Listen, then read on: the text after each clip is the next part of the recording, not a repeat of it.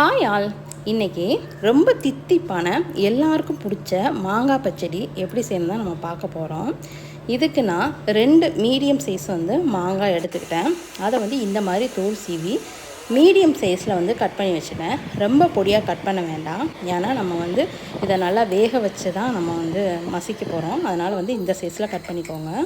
இப்போ கடாய் வச்சுட்டு 2 சின்ன குழிக்கரண்டி அளவு எண்ணெய் ஊற்றிட்டு, எண்ணெய் காஞ்சதுக்கப்புறம் கடுகு உளுத்த பருப்பு போட்டு காஞ்ச மிளகா ஒரு 3 கிள்ளி போடுங்க போதும். இப்போ கருவேப்பிலை, வெங்காயம் ஒரு மீடியம் சைஸ் பெரிய வெங்காயம் நான் எடுத்துக்கிட்டேன். அதை கட் பண்ணிவிட்டு நல்லா வதக்குங்க. இப்போ கட் பண்ணி வச்சுருக்க மாங்காயை நல்லா அலசிட்டு இதில் போட்டுருங்க. போட்டுட்டு அதையும் நல்லா வதக்குங்க. ஒரு 2 மினிட்ஸ் நல்லா அந்த எண்ணெயெல்லாம் எல்லா இடத்துலையும் மாங்காயெல்லாம் ஸ்ப்ரெட் ஆகிற மாதிரி நல்லா வதக்கிடுங்க.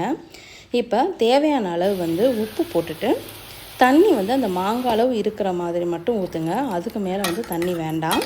அதிலேயே சிம்மில் வச்சுட்டு நல்லா கொதிக்க விடுங்க. ஒரு 3/4 அளவு வெந்ததுக்கப்புறம் ஒரு 75% வெந்துருச்சுன்னா அதுக்கப்புறம் வெல்லத்தை அதில் போட்டுருங்க. நாட்டு சர்க்கரையும் போட்டுக்கலாம், ஆனால் ஒயிட் சுகர் மட்டும் வேண்டாம்.